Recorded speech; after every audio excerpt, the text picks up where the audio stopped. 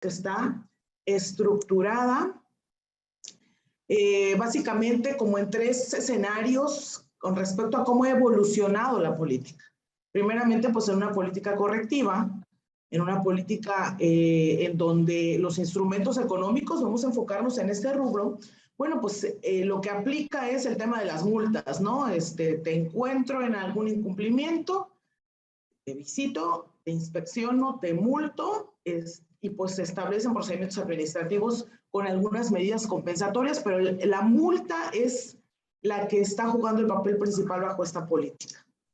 En la política preventiva, bueno, pues hay subsidios para la conservación, y en la política proactiva, que esa es la forma en la que está migrando esta forma de pensar para los instrumentos económicos, entonces lo que nos dicen es que hay que internalizar los costos ambientales. Es decir, hay impactos por la producción, hay impactos por la operación, y entonces, bueno, pues alguien tiene que pagar.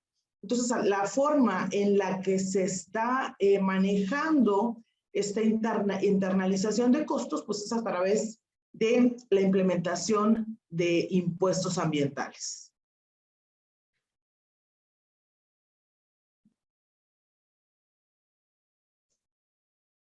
Ahora, ¿qué son los impuestos ambientales? Pues están bajo la premisa del que contamina paga, tiene la intención de, pues no ser recaudatorios, sino más bien buscan corregir esta externalidad, y obviamente el esquema, se le llaman impuestos piguvianos porque están etiquetados o debieran estar etiquetados, es decir, yo cobro por una emisión, lo voy a enfocar hacia el tema de emisiones a la atmósfera. Bueno, se paga un impuesto, esos impuestos deberían estar etiquetados para que el gobierno entonces utilice este recurso para la implementación y desarrollo de proyectos que mitiguen o que compensen ese impacto o esa externalidad. Entonces, por eso se llaman así piguvianos. Bajo entonces esta premisa, el objetivo de los impuestos ambientales, pues además de corregir externalidades, traen una intención de promover el ahorro energético, el desincentivar los comportamientos ecológicos, el propiciar que en las empresas se lleven a cabo la innovación en materia de sostenibilidad, priorizando el esquema de la optimización de la producción más limpia, entonces donde voy a querer que haya mayor optimización de los recursos para que yo tenga un menor impacto, obviamente menor emisión a la atmósfera, menor generación de residuos, menor impacto en las descargas de aguas residuales, y de esta forma tenga yo procesos mucho más eficientes. Otro objetivo también es el de generar recaudación para los gobiernos y así desarrollar proyectos ambientales. Perdón, Mónica, se puso en mute tu micrófono. Ahí estamos bien, ¿ya me escuchan? Ya. Y al final el objetivo de estos, gracias Pablo, de estos impuestos, pues es modificar o cambiar el comportamiento del consumidor y también del fabricante, del productor.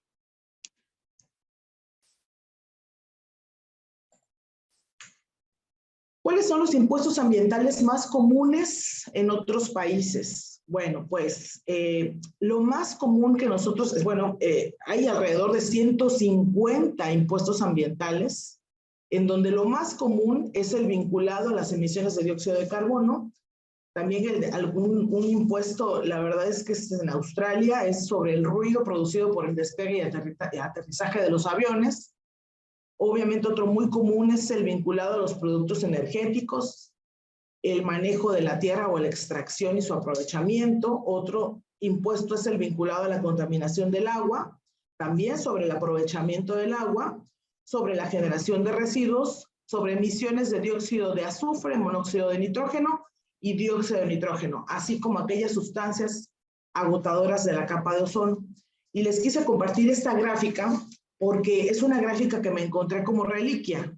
Estamos hablando de una gráfica del 94, vamos a hablar del 94 y del 2000, es un comparativo en donde aparecen los países de la OCDE. Y si bien podemos ver que para Alemania hay aquí vamos hablando, ¿verdad? Como estamos en CAMEX, vamos a ver, Alemania anda alrededor de un porcentaje de 2.5 del PIB en el tema de ingresos provenientes de impuestos ambientales. También llama la atención que en esos años, voy a hablar entre el 94 y el 2000, Dinamarca andaba arriba del 4.5, como de los mayores países que ya estaban manejando impuestos ambientales. Holanda ya también tenía un impuesto de alrededor de 3.5%, un poquito más. Y por esos años, déjenme comentarles que yo estaba estudiando la maestría en ciencias en el Tecnológico de Monterrey. Y fíjense que tenía una maestra que era una economista, doctorado en economía, pero tenía también un doctorado en economía ambiental. Y ella nos mencionaba de esos famosos impuestos. En México en los 90 estábamos hablando de desarrollo sustentable. Yo no sé si ustedes lo recuerdan o son muy jóvenes y ni siquiera habían nacido, pero estábamos nosotros en estos años, volteamos a ver entonces la gráfica, pensábamos que el desarrollo sustentable era la estrategia que nos iba a permitir tener un desarrollo optimizado, ¿verdad? Una estrategia de producción más limpia. Sin embargo, en México, aquí aparece en esta gráfica, y vemos que andaba alrededor del 1.75% del porcentaje del PIB, pero muy seguramente estaba vinculado a impuestos hacia los productos energéticos.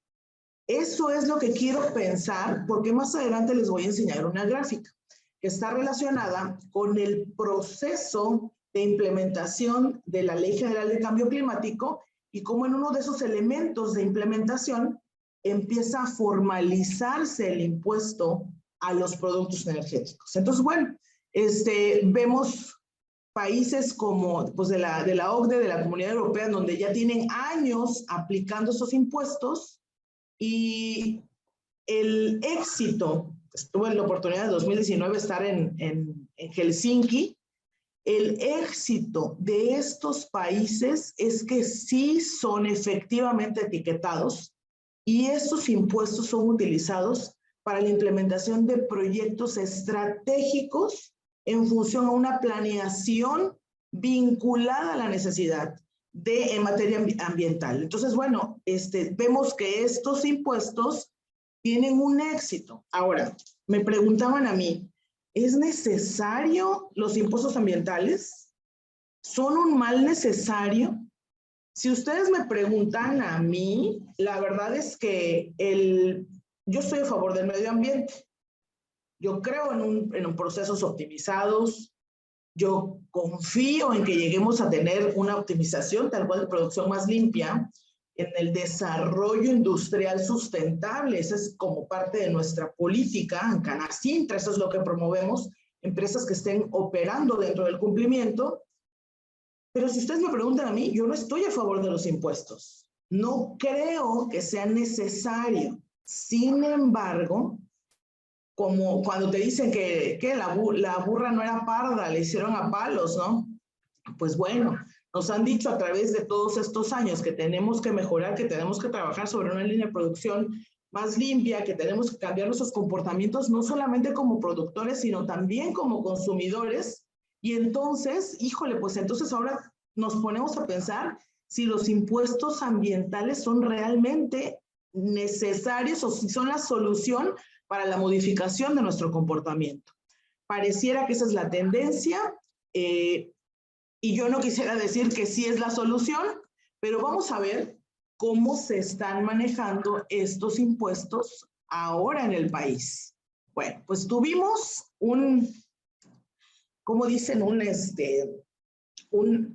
estado muy activo en el 2017, con ideas que pues fueron innovadoras en su momento con respecto a los impuestos, y Zacatecas empezó a modificar su ley estatal, su ley hacendaria, y se vio proactivo y dijo, bueno, pues yo voy a regular los impuestos para la extracción de materiales en mi estado, obviamente dentro del territorio del estado de Zacatecas, voy a también a cobrar impuestos por la emisión de gases a la atmósfera. Vamos también a cobrar impuestos por el depósito o almacenamiento de residuos, y estos incluían residuos de manejo especial y residuos peligrosos. Y también vamos a cobrar impuestos por la emisión de contaminantes al suelo, subsuelo y agua. ¿Qué tal? La verdad es que yo no sé cuántos ingenieros haya en la audiencia, cuántos licenciados haya. Quisiera que me comentaran, ¿verdad? Más o menos, quiénes son licenciados en Derecho, quiénes son ingenieros, porque me van a ayudar. Ahí va. Nuestra perspectiva, nuestro punto de vista, bueno, pues ya escucharon mi currículum, soy ingeniero químico. Tengo maestría en ciencias en ingeniería ambiental, o sea, soy técnica y más técnica. Nuestro primer pensamiento como técnicos, como ingenieros es, bueno, pues entonces, espérame, ¿verdad? ¿Cómo es posible que un Estado venga a invadir una competencia imponiendo impuestos para o por el depósito o almacenamiento de residuos peligrosos? Si no, esos no son de competencia del Estado. Esa es la primera tesis que voy a poner en la mesa. Lo segundo, ¿me van a cobrar impuestos por extracción de materiales?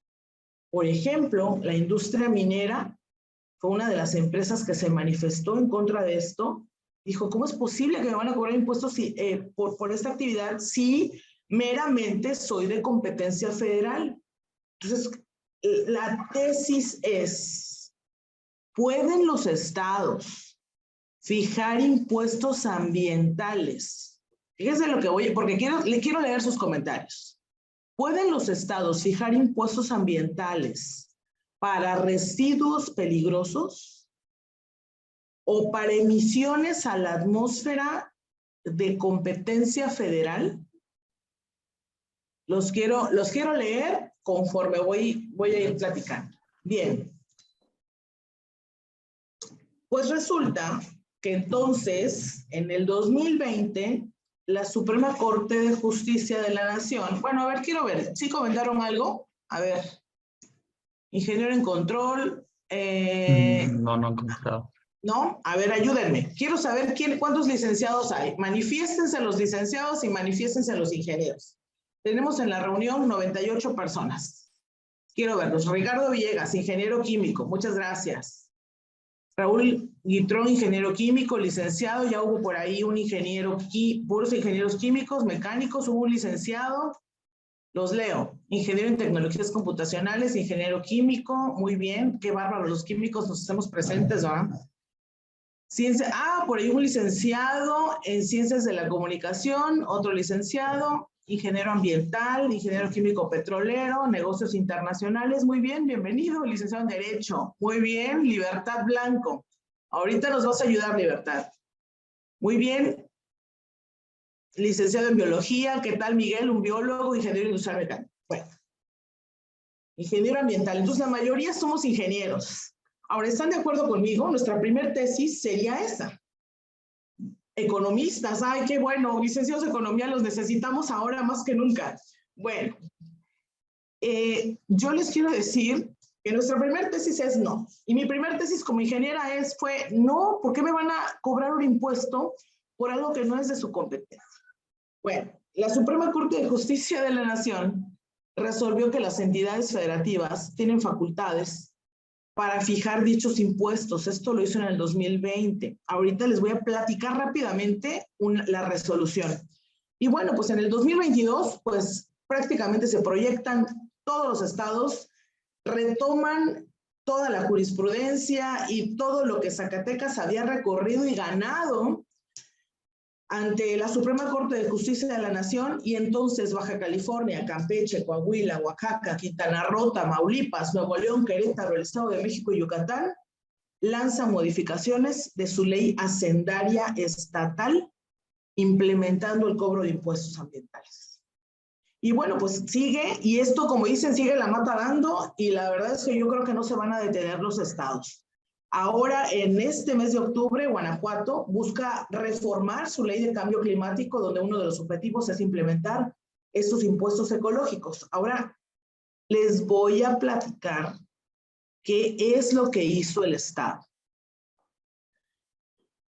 de Zacatecas. Muchachos, es mucha información, pero quiero que se queden con ideas principales de esto. Estamos hablando que dentro de las atribuciones fiscales, los fundamentos o el marco jurídico de estos elementos que dieron el fallo a favor de Zacatecas para la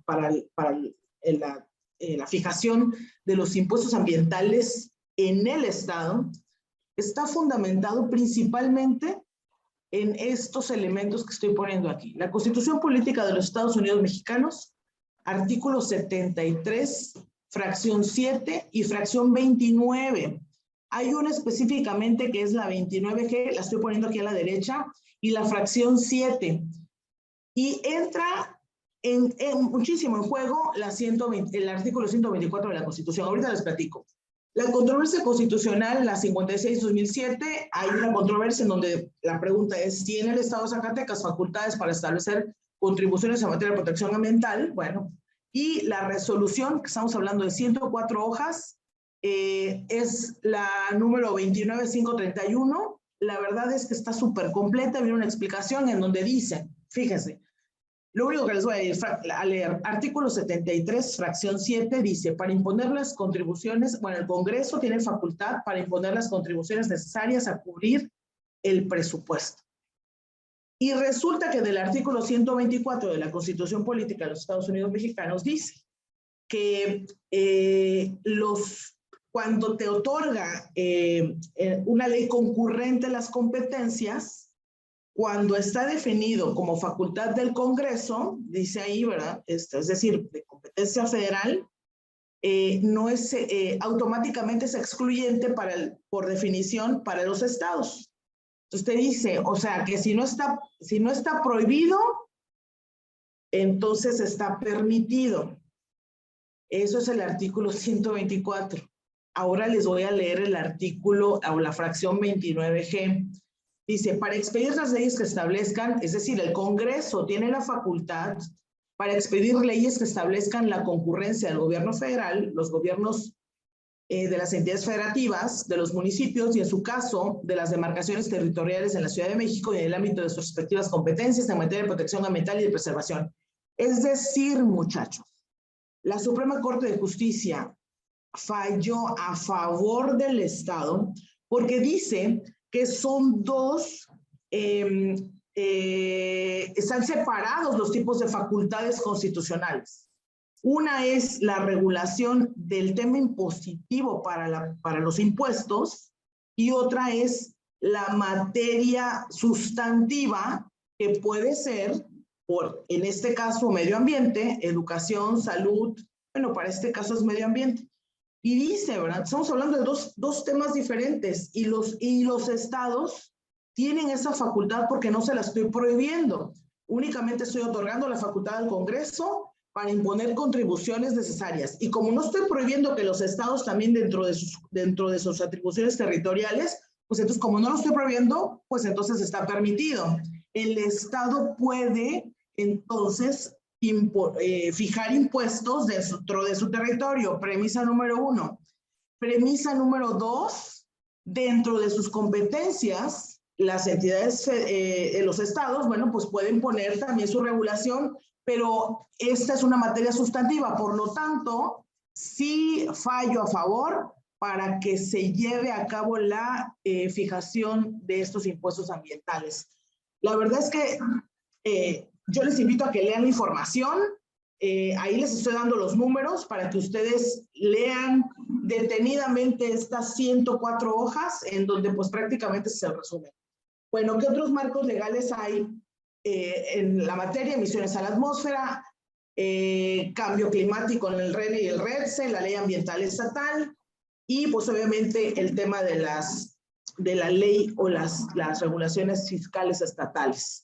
¿Qué tiene que ver el RENE y el RETSE? Bueno, pues resulta que son el RETSE, no me voy a meter en mucho tecnicismo, es una evolución que ha llevado la cédula de operación anual, son 200 sustancias, en donde estas sustancias están incorporadas ahí por 3 principios. El primero, algún acuerdo ambiental de carácter internacional, o que están dentro de las normas mexicanas, y en estos 2 debe de cumplirse que esas sustancias tengan algún efecto adverso al ambiente, es decir, toxicidad, persistencia ambiental y bioacumulación. Bueno, las sustancias RENE, ahora, lo que les decía yo, que aquí está desde el 2012 hasta el 2014, en donde ya se tiene que, entra en vigor el reglamento de la Ley General de Cambio Climático.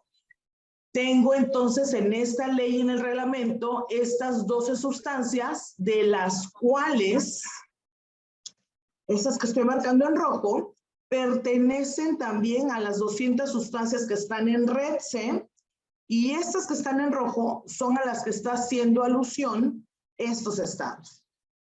Esto es un resumen. Esto es la parte de emisiones.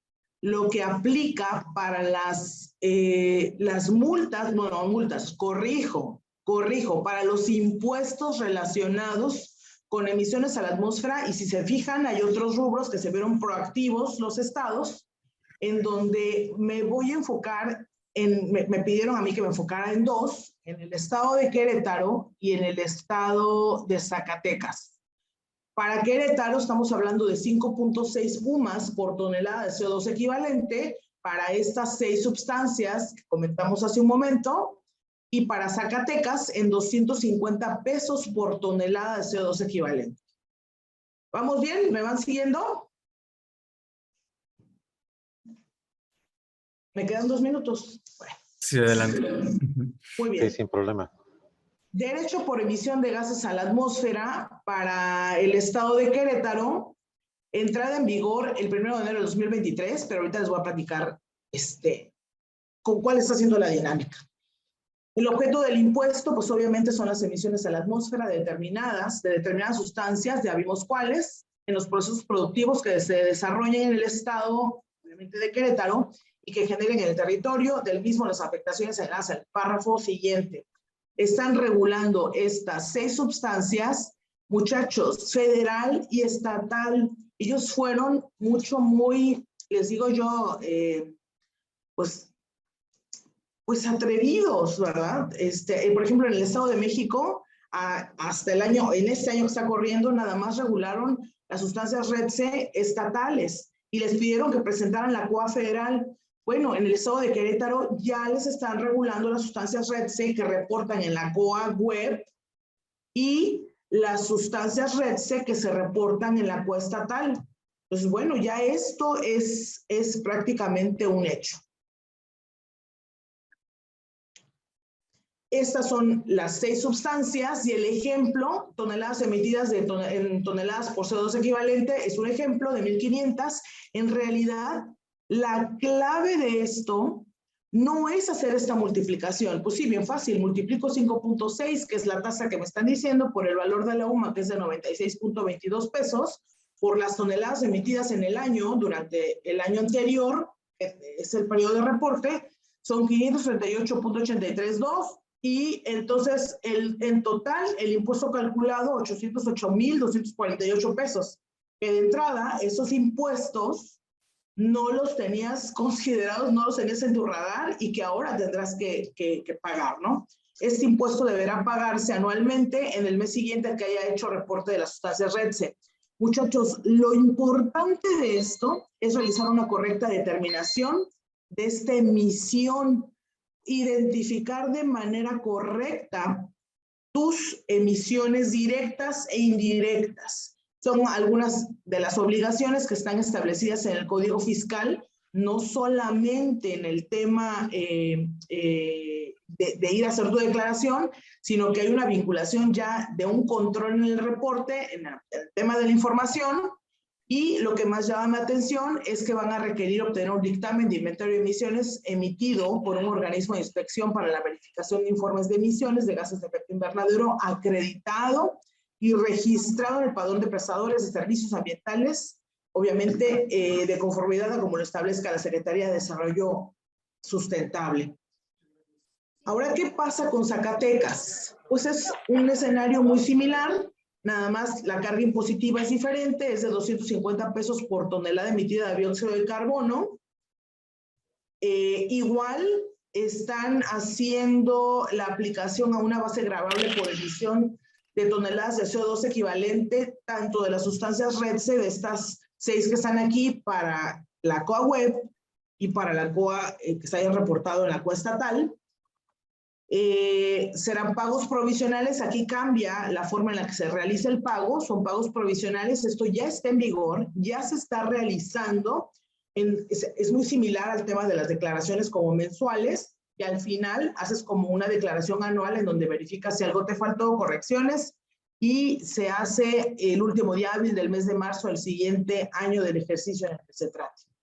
Este es un ejemplo, ya casi termino, de la recaudación de impuestos en Zacatecas.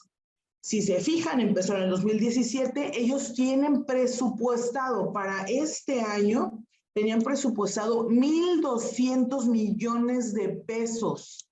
Fíjense cómo se ve aquí la tendencia de cuando ya falló la Corte a favor del Estado, y miren, pues ni modo, ¿verdad? A pagar impuestos, ahora tienen una recaudación de 561.79 millones de pesos en este año. ¿Y qué es lo que les quiero decir? Bueno, casi se parece esta curva, ¿se dan cuenta? Bueno, esto que está aquí es, si yo no hago nada por controlar el tema de las emisiones, entonces voy a pagar una cantidad estratosférica en el tema de impuestos. Es decir, si al día de hoy ustedes obtienen un inventario de emisiones, hagan el cálculo. Bueno, ¿qué es lo que hay que hacer? Establecer medidas. Necesitamos establecer, para reducir las emisiones de CO2, establecer controles, establecer estrategias que les van a hablar en el transcurso del taller sobre esas estrategias para la reducción en la emisión de estos gases de efecto invernadero o de estas 6 sustancias REDSE, para que entonces ustedes tengan un menor costo de pago de impuestos. Sin embargo, el costo total va a ser el pago por el costo del impuesto, el que les quede, ¿verdad? Remanente, porque no se vuelve cero, más el costo por la implementación de estas medidas para poder controlar. Esto tienen que ser ustedes previsores, ya incluirlo en sus presupuestos, porque esto, lejos de que se vaya a eliminar, esto al contrario, estos son, ya lo vieron, tendencias y son estrategias para la internalización de estos costos vinculados a las emisiones o vinculados a los impactos ambientales por las operaciones. ¿Qué les recomiendo? Bueno, que se identifiquen si son sujetos obligados a este pago de impuestos. Hay que medir, cuantificar, porque ahora sí ya hay de por medio dinero que se declara ante la fiscal. Esto, antes de que se me olvide, esto es independiente, muchachos, del tema regulatorio ambiental. La obligación de tener el cumplimiento ambiental ya lo vieron. Ese sí está centralizado o sí está dentro de las esferas de competencia que les corresponde, que ustedes tendrán perfectamente identificado. Lo único que ahora se está agregando es el tema fiscal, que si ustedes pagan el tema fiscal con respecto a los impuestos ambientales, no los exenta de una multa, no los exenta de la obligatoriedad del cumplimiento de sus respectivas competencias en materia ambiental. Lo siguiente es priorizar estrategias de inversión, calcular los costos de inversión contra los pagos de impuestos, mantener el cumplimiento ambiental y controlar sus operaciones. Muchísimas gracias. Estoy a la orden. Mi nombre es Mónica de Jesús Pérez Morales. Estoy como presidenta del sector industrial de economía verde y como siempre quedo a la orden. Muchas gracias, Mónica. Es un tema muy interesante, muy buena presentación y creo que pues, necesitaríamos un taller completo, ¿no? Para seguir hablando de todo esto. No sé si alguien tiene nada más podemos hacer 2 preguntas porque vamos un poco atrasados en el tiempo y cualquier otra duda la vamos a anotar nosotros y se la haremos llegar a Mónica para luego enviárselas a su correo. Entonces, no sé si alguien quiere hacer una pregunta. Buenos días, Mónica. Muchas gracias por tu presentación. Oye, fíjate que nosotros tenemos un problema con nuestras empresas. La mayoría de nuestras empresas tiene generación en sitio. ¿A qué me refiero con generación en sitio?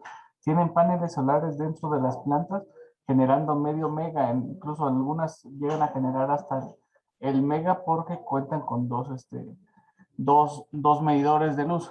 Y muchas y otras también le compran energía limpia a empresas de generación como Iberdrola o otras, ¿no? El problema aquí es que esta parte no está contemplada dentro del impuesto. O sea, si yo ya estoy invirtiendo o estoy comprando energía limpia, ¿por qué me quieren cobrar un impuesto que se supone que se está generando de forma limpia? O sea, ¿cómo vamos a llegar a la descarbonización total si no se contempla? Esa es mi pregunta. Esa es una de las estrategias que muy probablemente les vayan a proponer en el transcurso del día de hoy. La verdad es que la cuantificación de la emisión, obviamente de CO2 equivalente por, en este caso, consumo de energía eléctrica, es indirecta. Tienes que sacar tu cálculo en función del consumo que realmente llevas a cabo con combustible o de CFE, que no es limpio. Si al día de hoy tienes 0, pues entonces sacas ese cálculo y considerarás y sumarás el tema del resto de las emisiones que sean directas, pero obviamente tú no tienes que incluir dentro de tu cálculo la energía o la emisión indirecta que proviene de energía limpia porque es 0, ¿estamos de acuerdo? Para eso está, es demostrable. Sí, eso es claro, pero o sea, el problema es que si llega una auditoría o algo así, bueno, incluso hablamos con Secretaría de Finanzas y nos comentan que se debe contemplar también la energía que se está generando, o bueno, que se está consumiendo más bien a través de la generación limpia, o sea, de los ¿En qué paneles estado solares. estás? Estado de México. Ay, no, qué bárbaros. No. Yo en el Estado de Nosotros México tenemos el tengo mismo mucha problema. actividad. No, hay que explicarles. En el Estado de México, la verdad es que yo tuve presentación y mucha discusión con ellos antes de que empezara a entrar en vigor esto. Ellos me decían que las mediciones, imagínense que las emisiones se estimaban, que no se medían. Oigan, la verdad es que cuando yo oigo sus comentarios, ingenieros, ustedes vaya, no me van a dejar mentir. ¿Quién soy yo para corregir a la autoridad? Miren, me quedé callada y dije que así se queden, porque, porque eso lo podemos usar a nuestro favor. Con muchísimo gusto estoy a la orden para no extendernos más y por respeto al tiempo de los demás.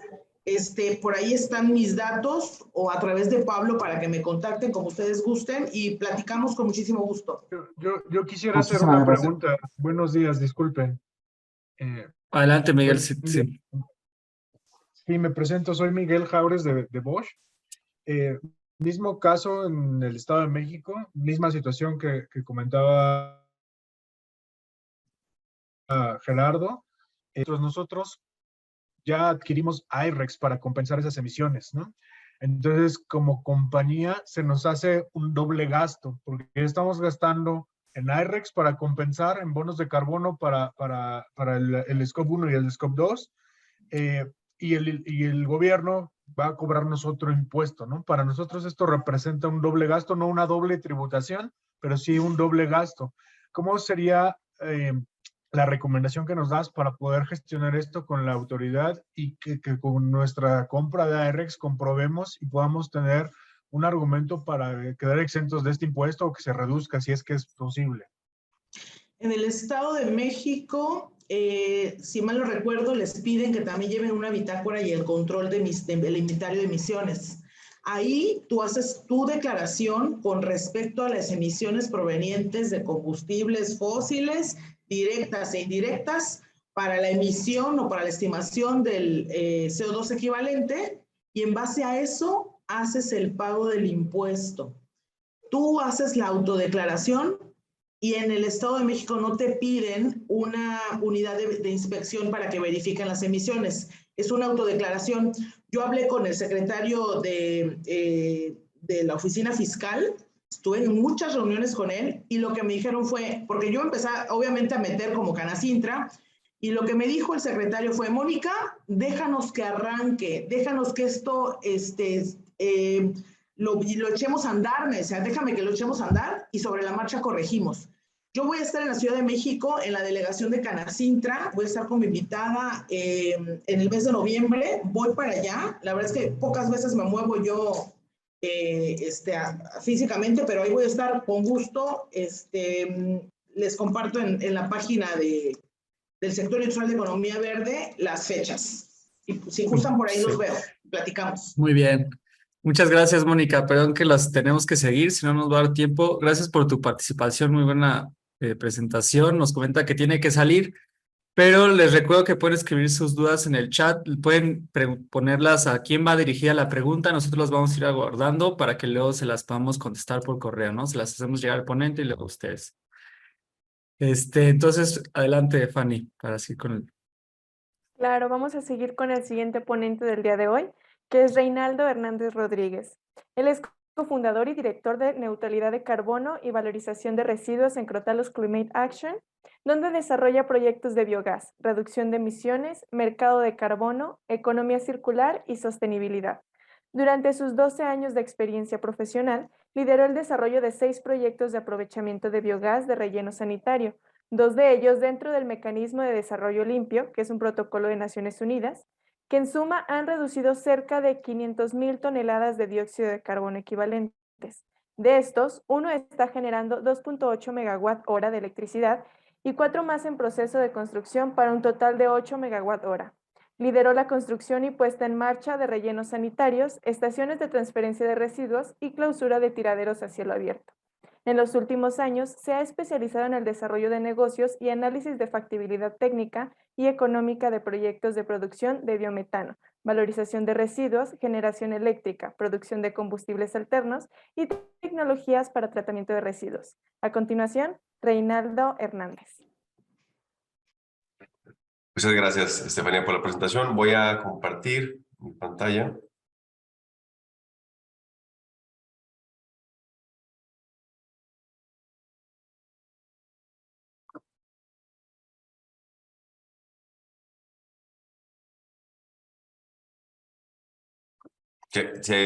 ¿Ya se ve ahí? Sí, nada más la baja, puedes poner un modo presentación, estaría... Hola, ¿me escuchan? Sí, sí, te escuchamos. Ah, perdón, es que se congeló un poquito mi pantalla. ¿Ya se ve proyectada? Sí, ya se ve. Excelente. Vamos que Muchas se ve en gracias. PDF. Bueno, Sí. Ujú. sí, ya la puse en pantalla completa, ¿bien? Ahorita está Perfecto. cargando, pero sí, adelante, adelante. Perfecto, Pablo. Bueno, comienzo primero, pues creo que nadie mejor que la maestra para explicar todo el tema de impuestos al ecológicos, ya lo pudieron ver. Y no quiero dejar de responder la pregunta de el compañero que presentó Jaures, apellido Jaures, que es un muy buen cuestionamiento, porque interesante el RENE, que es la calculadora RENE de Semarnat, en el apartado de residuos y de planta de tratamiento, hay un factor de emisión, o sea, tú pones tus datos y te arroja las emisiones que generas. Pero si tú tienes un proyecto al interior que reduces esas emisiones, caso muy similar al tema de solar, no te permite deducirlo, ¿no? Entonces, yo creo que el tema va hacia allá, porque en otros mercados, me estoy adelantando un poco respondiendo porque es una pregunta muy interesante, pero en otros mercados como el europeo, incluso el sistema de comercio de emisiones mexicano, que va a ser muy restringido a empresas muy particulares como sector energético, transporte, etcétera, ya va a haber este mecanismo en donde si tú tienes una obligación, vas a poder compensar creo que hasta el 10% con créditos de carbono bajo cierta metodología y ciertas reglas.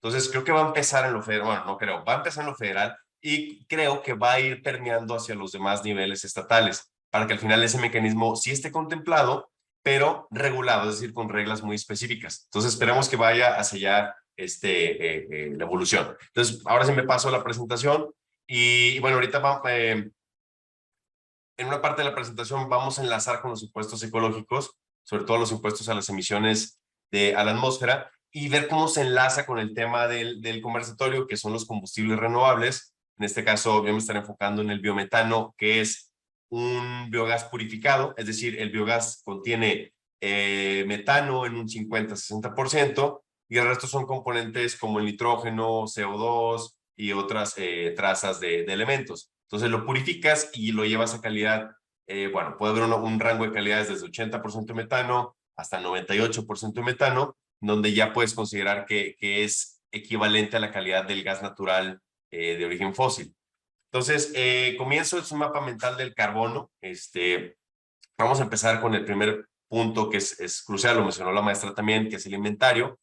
Y en este punto vamos a empezar con las metodologías internacionales. Ahorita vamos a ver lo que es normativo, pero en lo internacional tenemos principalmente el Greenhouse Gas Protocol, o GHG, que es el protocolo que indica los alcances que la mayoría, bueno, hemos escuchado, conocemos. El alcance 1, que son las emisiones directas, que son principalmente las emisiones que generas a través de equipos, de maquinaria, que tú controlas financiera u operativamente, y que consumen algún combustible fósil, gasolina, diésel, carbón, gas natural, gas LP, etcétera. Esas son las emisiones de alcance 1, emisiones directas.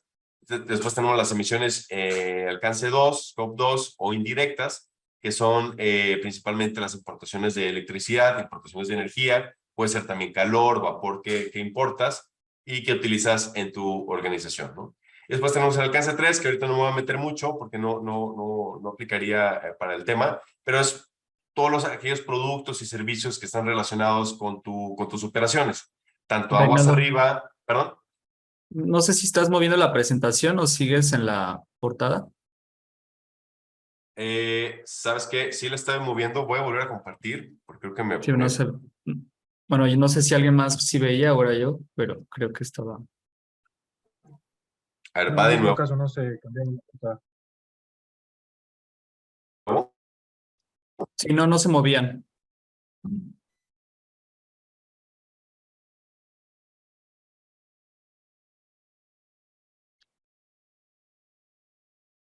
Creo que lo perdimos. A ver, vamos a dar unos.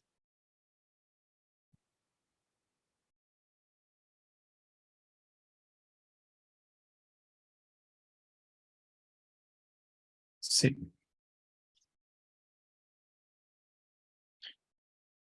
Está apagado tu micrófono. Sí, sabes que se me trabó el Zoom y se volvió a reiniciar. Voy a volver a compartir, Ok. a ver si ahí va mejor.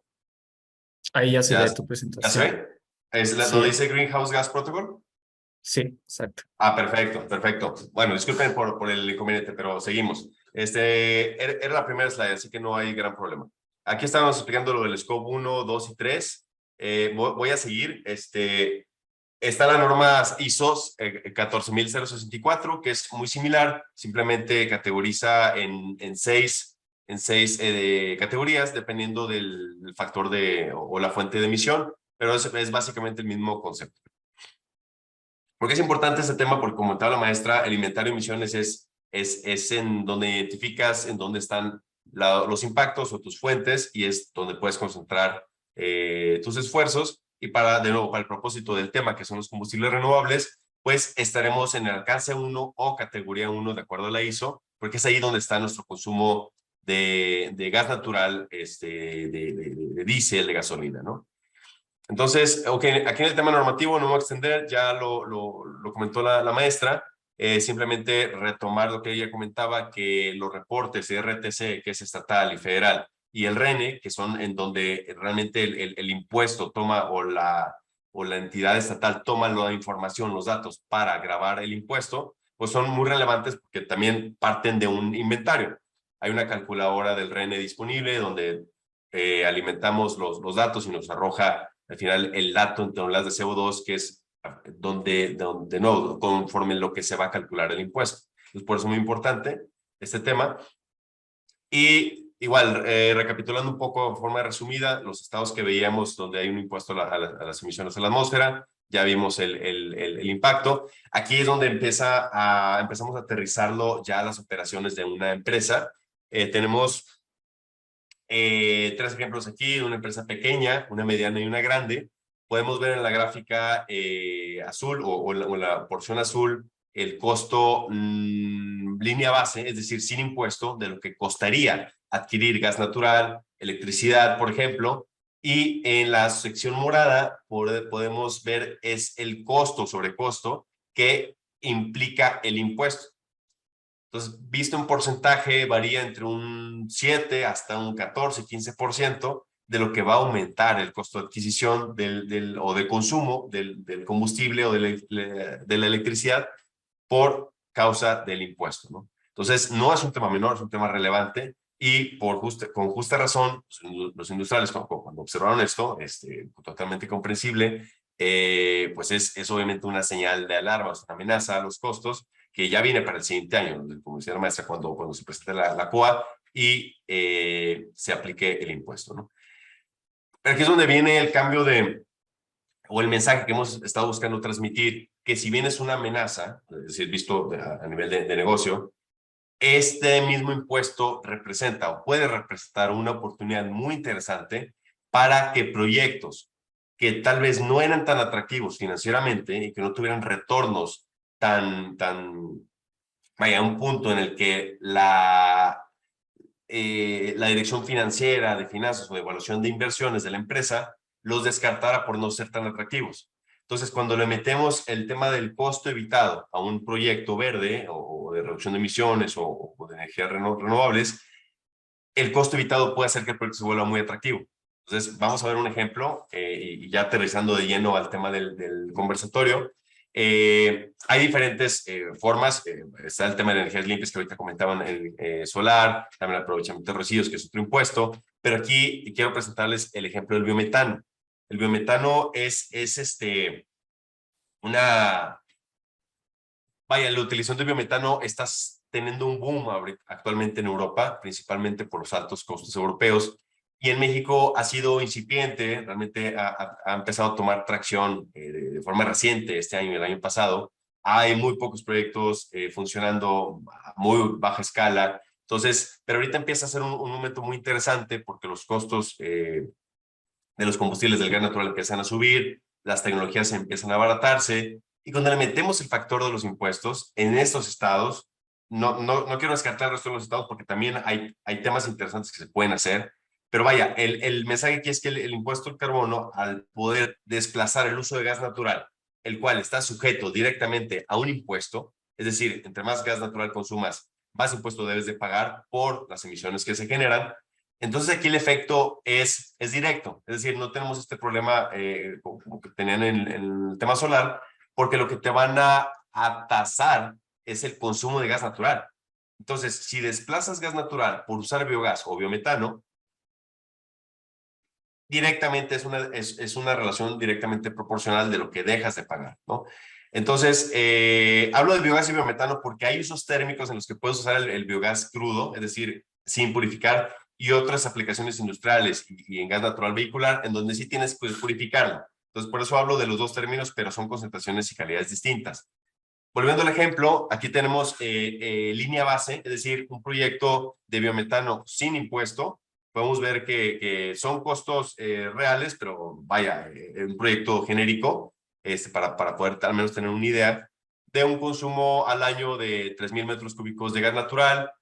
Si desplazas el uso de gas natural con biometano, esta es la cantidad de toneladas de CO2 que puedes estar evitando al año, es decir, 6,900 aproximadamente.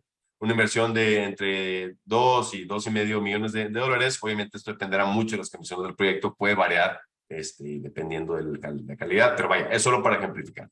Costos de operación, y al final lo que quiero mostrarles aquí es cómo cambian los indicadores, los indicadores clave financieros, ¿no? Como una tasa interna de retorno del 12%, que no es mala, pero tampoco es muy alta, al considerar el costo evitado por no pagar el impuesto, se va de 12 a 19. Es lo que les comentaba. En la vista de un financiero, esto dicen, oye, me encanta, ¿no? O sea, 19 ya es algo que me gustaría considerar dentro de las prioridades de inversión, cuando antes tal vez el proyecto no era tan atractivo. Entonces, eso es lo que les comentaba, que la amenaza que es natural se puede convertir en una muy buena oportunidad. Ahora, voy a continuar. Ahorita volvemos al tema del biometano en proyectos específicos. Vamos al tema de neutralidad de carbono. Aquí, bueno, solo para describir el término neutralidad de carbono, porque es una pregunta que también nos hacen. Justamente Alberto nos la hacían ayer en otra participación. Net Zero, y bueno, de aquí me voy a la definición del IPCC, que es la autoridad mundial, es el panel intergubernamental para el cambio climático, en donde la define la neutralidad de carbono como, lo voy a leer textualmente, es el concepto neutral de carbono o cero neto, o sea, net zero es equivalente, es lo mismo. La neutralidad de carbono se logra cuando las emisiones a la atmósfera de gases GI por actividad antropogénica, es decir, por actividad humana, son balanceadas. Si emitimos 10 los humanos y balanceamos, es decir, reducimos o no reducimos, removemos de la atmósfera 10, entonces el efecto es cero. Pero no es por remociones naturales, es por remociones por actividad antropogénica. Y aquí puede ser reforestaciones, puede ser captura y secuestro de carbono, pero vaya, es lo que emitimos tenemos que removerlo para llegar a una neutralidad de carbono. ¿Por qué es importante eso? Porque es un estado de la atmósfera, es decir, un estado de la atmósfera del planeta en donde todos contribuimos con acciones, principalmente en este tema es reducir las emisiones por consumo de combustibles, ¿no? Entonces, voy a continuar. Es el tema de inventario de emisiones.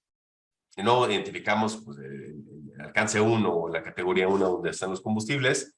Muy rápido, solo aprovechando que está aquí en la presentación el tema de los créditos de carbono que lo mencionaban, es otro agregado que puede ser muy interesante para proyectos de energía, de combustibles renovables, de nuevo biogás y biometano, porque además de los proyectos pueden acreditar estas reducciones de emisiones en protocolos internacionales como la MDL en Naciones Unidas, pero también la acción de la Reserva Climática o el CAR en California, en Estados Unidos, para tener un ingreso adicional a los proyectos y que financieramente se vuelvan todavía más atractivos, ¿no? Entonces, tenemos la parte del impuesto, tenemos los créditos de carbono y el desplazamiento o ahorro también en consumo de gas natural que derivan, ¿no? Entonces, son elementos que le dan fuerza o elementos para que los proyectos logren su viabilidad, ¿no? Ok, el tema de créditos de carbono, aquí lo voy a utilizar para explicar de dónde viene el biogás, y del biogás, el biometano. Principalmente hay 3 fuentes. La primera y más sencilla por un tema técnico de calidad del biogás es del sector agropecuario. Aquí entran los ranchos ganaderos, entran los ranchos de engorda, granjas lecheras también, por todos los residuos de estiércol de ganado. También puede haber temas de residuos de procesos como leche, cremas, vaya, todo el tema que gira alrededor de los desechos agropecuarios.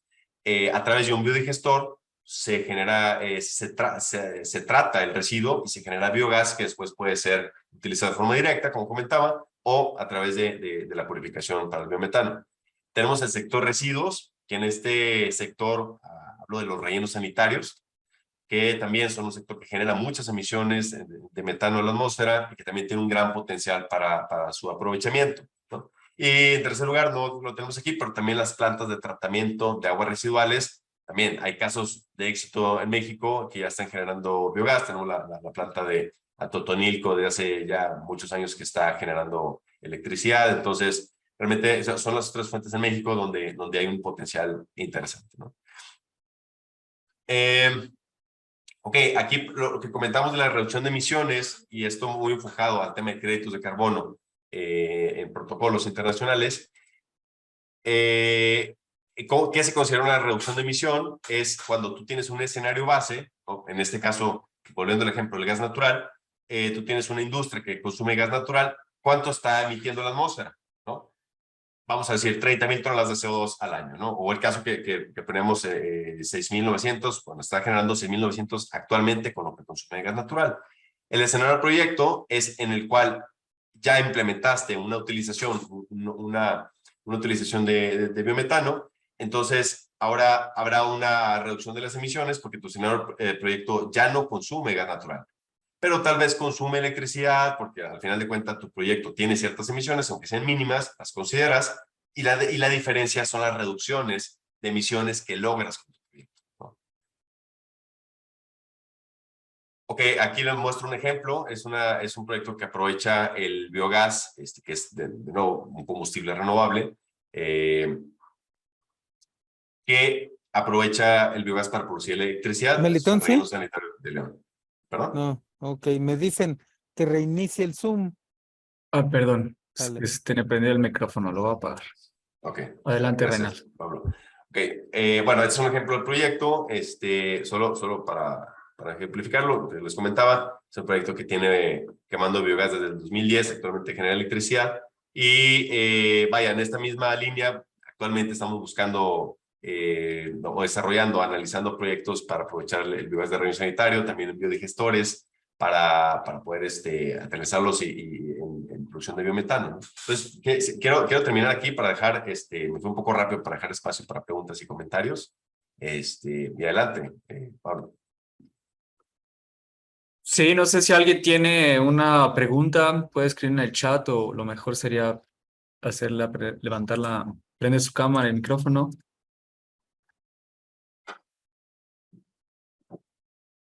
¿Alguien más? Mire, ¿alguien quiere preguntar algo?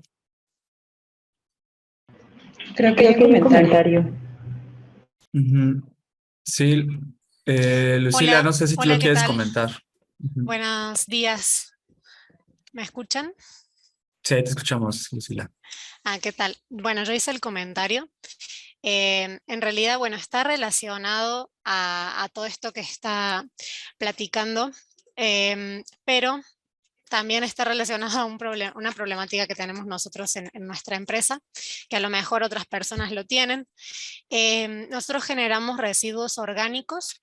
No es gran volumen, es debido al comedor industrial que tenemos. Y estos residuos actualmente son gestionados por una empresa, un prestador de servicio de manera legal, es autorizado, pero se dirigen a relleno sanitario. Lamentablemente no hemos conseguido algún prestador de servicio que lo pueda llevar a reciclaje o para una cogeneración de energía como biogás o biometano, como estaba comentando el instructor. No sé si estas plantas que mencionaron de biogás o biometano reciban residuos orgánicos para la generación de energía. Esa es más bien mi pregunta. Sí, gracias, Lucila. Un tema interesante porque justamente estamos evaluando, tuve una conversación esta semana con unos compañeros. Los residuos orgánicos sí pueden ser recibidos en biodigestores. Este ya es un tema técnico de cómo funcionan los digestores. El tema es que para que funcionen bien, tienen que tener una base de estiércol de ganado por las bacterias que se desarrollan naturalmente en este medio, o incluso el estiércol que naturalmente trae, que son metanogénicas. Hay una diversidad de bacterias que son las que pueden degradar de forma rápida los residuos. Entonces, cuando tienes una base de ganado, o sea, estiércol de ganado, tú puedes meter una proporción de residuos orgánicos como comida, incluso plantas, tallos, etcétera, pero una proporción tal que sea eficiente. Es decir, si tú solamente metes a biodigestión residuos orgánicos, va a tardar, uno, lo tienes que inocular, porque las bacterias no vienen de forma natural, y dos, es muy poco eficiente. Entonces, hay tecnologías que, bueno, en Europa existen, en México son incipientes, pero de rellenos de biodigestores secos, que lo que entiendo es que son muy, vaya, sí pueden degradarlo, pero son muy costosas cuando lo comparas con biodigestores tradicionales, ¿no? Entonces, ahí justamente lo que estamos, para un caso específico de 20 toneladas al día que estamos analizando, igual de residuos orgánicos de producción de alimentos, la alternativa es el compostaje, ¿no? Ahora, el compostaje es otro reto porque necesitas cierto volumen para que las inversiones se paguen. Entonces, vaya, es un poco retador encontrar la fórmula o las condiciones para que un proyecto pueda ser viable. Ahora, no lo comentamos aquí porque estamos enfocados en combustibles, pero en ciertos estados, sobre todo Querétaro y Zacatecas, hay un impuesto a la disposición de residuos sólidos urbanos. Entonces, también el hecho de evitar el impuesto por no llevar los orgánicos a un relleno sanitario es otro elemento que puede volver interesante el proyecto de composta.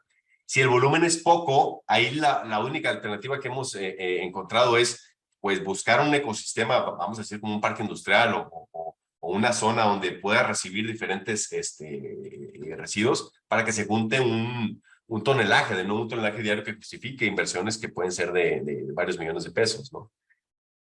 No sé si con eso te contesto, Lucila. Sí, sí, muchas gracias por la respuesta. Gracias. Hola a todos, Muy bien, buenas tardes. Adelante, adelante. Hola, Jair Zamora de Granjas Carros de México. Mucho gusto, Reinaldo. Muchas gracias por la presentación. Mira, de acuerdo al giro de nuestra empresa, ¿no? La producción de cerdo, llevamos también ya algunos años aprovechando biogás como fuente de energía para procesos térmicos, bombeo de agua, generación de calor en las casetas de maternidad y la generación de electricidad de generación distribuida y venta de electricidad al mercado eléctrico mayorista. Y hemos buscado poder acreditar nuestra reducción de emisión por estas actividades, pero no hemos encontrado la forma de que se vuelva rentable esta acreditación. Tú, con respecto a esto, ¿puedes comentarme si hay forma de volver a hacer negocio esta acreditación en los proyectos de aprovechamiento de biogás en tema de acreditación de reducción de emisiones? Definitivamente sí, Yair. No sé en qué año lo hicieron ustedes o lo intentaron hacer, porque sí hubo un tiempo, sobre todo entre el 2011 y 2015, incluso hasta el 2016, que los precios del carbono o los créditos de carbono eran muy bajos y no justificaban inversiones. De hecho, proyectos que iniciaron en 2009, 2010 se vieron envueltos en esta situación donde no había a quién vender o se vendía muy barato. Ahorita la situación o las condiciones han cambiado y definitivamente es rentable, sobre todo cuando tú ya tienes una inversión hecha y añades los costos de la certificación, son relativamente pequeños porque ya tu inversión ya la pagaste con desplazamiento de combustibles, lo que ustedes ya tienen. Aquí el tema que puedo ver como limitante es que tú ya hayas empezado operaciones y que tengas 6 meses o más operando, porque entonces el proyecto ya no es adicional. Pero puede ser que nuevas inversiones, o sea, si ustedes están ampliando una expansión o otro digestor, ahí te diría, contáctenos, hay que analizar el proyecto desde antes para ir corriendo los números, ustedes los ven y se registra antes de que empiece operación. Porque si ya empezó operación, ya pierdes la elegibilidad. Ok, pues si nos puedes compartir tu contacto, te lo agradecería, Reinaldo. Muchas gracias. Hombre, al contrario, oye, un gusto. Gracias, Pablo. Sí, gracias. ¿Alguien más? ¿Podemos hacer una pregunta más? Danae tiene la mano levantada. Adelante. Muchas gracias. Soy Danae Díaz de la empresa Tube Ryland. Déjeme prendo la cámara, una disculpa. Básicamente mi comentario es para Yair, no es una pregunta, es un comentario. Tube Ryland es una de las empresas que hace las verificaciones para que los proyectos puedan en algún momento tener estos bonos de carbono y poder ser utilizados. Entonces, como te comentaba Reinaldo, sí hay que hacer un análisis mucho más profundo de tu caso, porque hay que definir en qué tipo de mercado quieres participar, si es que va a haber un mercado, pues, o si es nada más para el tema del Registro Nacional de Emisiones o de los proyectos del mercado local en México. Y en base a eso, sí hacer un análisis costo-beneficio para el objetivo de tu proyecto. Creo que vale la pena que se haga un análisis más profundo, ver para qué estás desarrollando estos bonos, si es que lo estás haciendo también pensando en ese mercado, si es solamente para un tema de compensación interna de tu propia empresa mediante RENE. Y con eso hay empresas como en la que yo participo que hacemos el proceso de verificación tanto de las emisiones del Registro Nacional de Emisiones, del RENE, como de los mercados internacionales y locales. Si no me equivoco, tu grupo ya tenía inscritos proyectos con el MDL muchísimos años atrás. Entonces, más bien habría que ver estatus y corroborar con la Secretaría de Medio Ambiente cuáles van a ser las reglas de operación para este tipo de proyectos con los mercados locales, si es que te interesaría en algún momento el mercado local mexicano. Entonces, únicamente para dar esos highlights. Gracias. Gracias, Dana. Sí. Reinaldo, ¿quieres comentar algo más? Te agradecería con eso cerrar. Les menciono que los datos de Reinaldo ya están en el chat, por si los quieren guardar. Recuerden que todo lo que estaba poniendo en el chat lo pueden ir guardando porque al finalizar el taller se borra todo, ¿no? Sí, Reinaldo. Sí, solo para en continuación con lo que comentaba Danae, y de hecho, tú, Reinald, nos verificó proyectos de relleno sanitario en el pasado. Ahí nada más la figura, Yair, está como el project developer, el que desarrolla el proyecto son ustedes. Nosotros los apoyamos con todo el tema de armar el proyecto y luego viene la entidad verificadora, el verification body, que sería TV, a verificar el proceso. Entonces, vaya, son los dos actores que participan en esto para lograr que los proyectos se registren. Y nuevo, la Reserva de la Acción Climática es un protocolo que está ganando mucha fuerza en México por su simplicidad y vaya, los tiempos más ágiles que hay. Entonces, lo analizamos con todo gusto para desarrollar algo juntos, ¿no? Muy bien, pues muchas gracias, Reinaldo, por la presentación. Ahí están sus datos de contacto. Teníamos planeado aquí un pequeño receso, pero creo que mejor continuamos, ¿no? Para no perder la atención y poder seguir con el hilo del taller. Ya nada más faltan 2 ponentes. Ahorita nos toca hablar sobre hidrógeno. Entonces, aquí sigo, Pablo, como quiera, pero cierro mi cámara. Gracias a todos. Muchas gracias, Reinaldo. Adelante, Fanny. Muchas gracias. A continuación vamos a presentar al siguiente ponente del día de hoy, Alberto Escofet. Es ingeniero mecánico eléctrico de la Facultad de Ingeniería de la Universidad Nacional Autónoma de México y ha ocupado diversos programas de capacitación y especialización, entre los que se encuentran analista de medición y verificación del desempeño por la Organización de Valoración de la Eficiencia, gerente interno de sustentabilidad por Camexa, eficiencia energética por el ANSE, hidrógeno y pilas de combustible por Ariema, y cómo comercializar las emisiones y calcular la huella de carbono por PEM Institute, la Ley de Energía por la Escuela Libre de Derecho, entre otros. Alberto Escofet tiene amplia experiencia en los sectores financiero y energético, cubriendo operaciones de inversión y financiamiento corporativo, promoción, construcción y operación de activos de la infraestructura sostenible, y en el desarrollo de proyectos relacionados con energías renovables. Durante su carrera profesional ha sido responsable, representante legal y consejero de varias empresas altamente comprometidas con los principios ESG. Alberto actualmente ofrece servicios de especialización en temas relacionados con la gestión y eficiencia energética, sostenibilidad, biogás, energías renovables, ESG y descarbonización. A continuación, Alberto Escofet. Muchas gracias. Gracias, Pablo, por la presentación, si la vas pasando.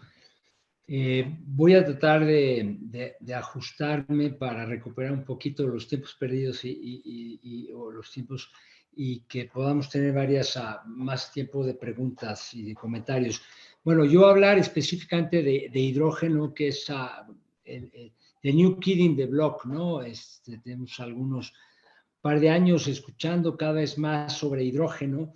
El hidrógeno, pues probablemente lo sepan, pues es el elemento más abundante, es el primer elemento de la tabla periódica y es el elemento más abundante de la naturaleza y se encuentra normalmente compuesto en el agua. El agua es H2O, hidrógeno y oxígeno. Viene el metano que es CH4, carbono, hidrógeno, que es el metano es el gas natural y también el carbón general en los combustibles fósiles. El hidrógeno está ahí. Entonces, todo el hidrógeno es igual. Es decir, todo el hidrógeno que tenemos disponible es igual. Lo que cambia es su origen. Y de ahí seguramente han escuchado de los distintos colores del hidrógeno, ¿no? Cuando su origen puede ser a través de procesos de electrólisis a partir del agua, en donde se descompone mediante la aplicación de una corriente eléctrica, la molécula de agua, que es H2O, se descompone en hidrógeno y oxígeno a partir de combustibles fósiles, como el gas natural, que es la producción o el origen más común, de hecho, que hay de hidrógeno a través de los procesos de reformado de metano con vapor. Y este hidrógeno, ser el famoso hidrógeno gris. Y finalmente la otra manera de producir hidrógeno es a partir de la biomasa, que ya nos platicó Reinaldo al respecto, ¿no? El biogás que se produce de la biomasa se puede convertir también en biometano, y de este biometano se puede también obtener hidrógeno, o a través de procesos de pirólisis de residuos también se obtiene hidrógeno. Entonces, la diferencia que existe, y esto lo menciono para ubicarnos en el contexto del tema de descarbonización, la diferencia que existe del hidrógeno es su origen. Si lo produzco yo con gas natural, es un hidrógeno considerado como gris que emite gases de efecto invernadero y no contribuye a la descarbonización, sino que aporta a la acumulación de gases de efecto invernadero. Si en cambio lo obtengo a través del agua, a través de un proceso de hidrólisis, de electrólisis, donde aplico una energía eléctrica, pues, y esta energía eléctrica proviene de fuentes limpias como la solar, la eólica, pudiese ser también la hidroeléctrica, inclusive se considera a la energía nuclear como una energía limpia, no renovable, pero limpia, y el hidrógeno entonces lo genero a través de la aplicación de estas energías limpias, o en su caso de la biomasa. Entonces lo que obtengo es un hidrógeno verde. En el caso de la biomasa todavía no tiene color, pero es un hidrógeno que se considera que tiene un muy bajo contenido de dióxido de carbono. Entonces, hablamos de hidrógeno, pero hablamos en particular de hidrógeno verde, que es justamente lo que nos permite aportar a la descarbonización, ¿no? Ahora, también quiero, como marco de referencia, decir que bueno, el hidrógeno, los usos y aplicaciones del hidrógeno incluyen a la fabricación de combustibles tradicionales, es decir, la gasolina se produce utilizando hidrógeno. El hidrógeno también es importante como para almacenar energía, es algo que tiene mucha... Ahora te digo lo de la presentación, Pablo, estoy sí, muy bien. Como introducción Sí, sí. esto que menciono, y ahorita entramos a la presentación. Gracias. Como el hidrógeno permite almacenar energía producida por fuentes renovables, y es un tema que ayuda a resolver el famoso tema de la intermitencia de las energías renovables, y cuando hay excedentes se puede almacenar. Entonces, el hidrógeno se considera pues un vector energético porque tiene esa capacidad de almacenamiento.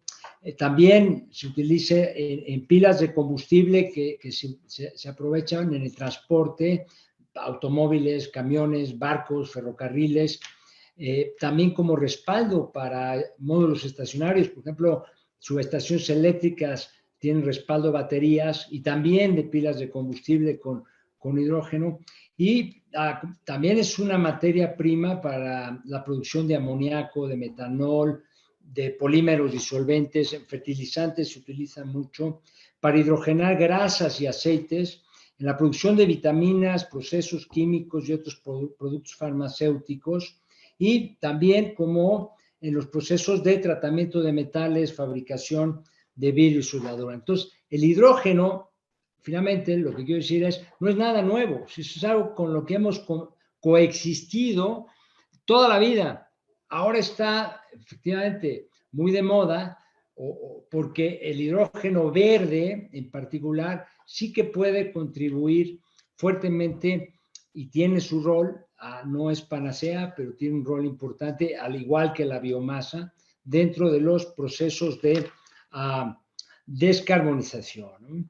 Entonces, México en particular tiene condiciones privilegiadas para convertirse en un rockstar del hidrógeno verde, ¿no? Tenemos fuentes renovables de energía, solar, eólica. Tenemos un consumo y una demanda importante ya, del orden de 220,000 toneladas al año en procesos de petroquímica, en la refinación de petróleo, ya decía yo, producción de alimentos, vidrio, acero, etcétera.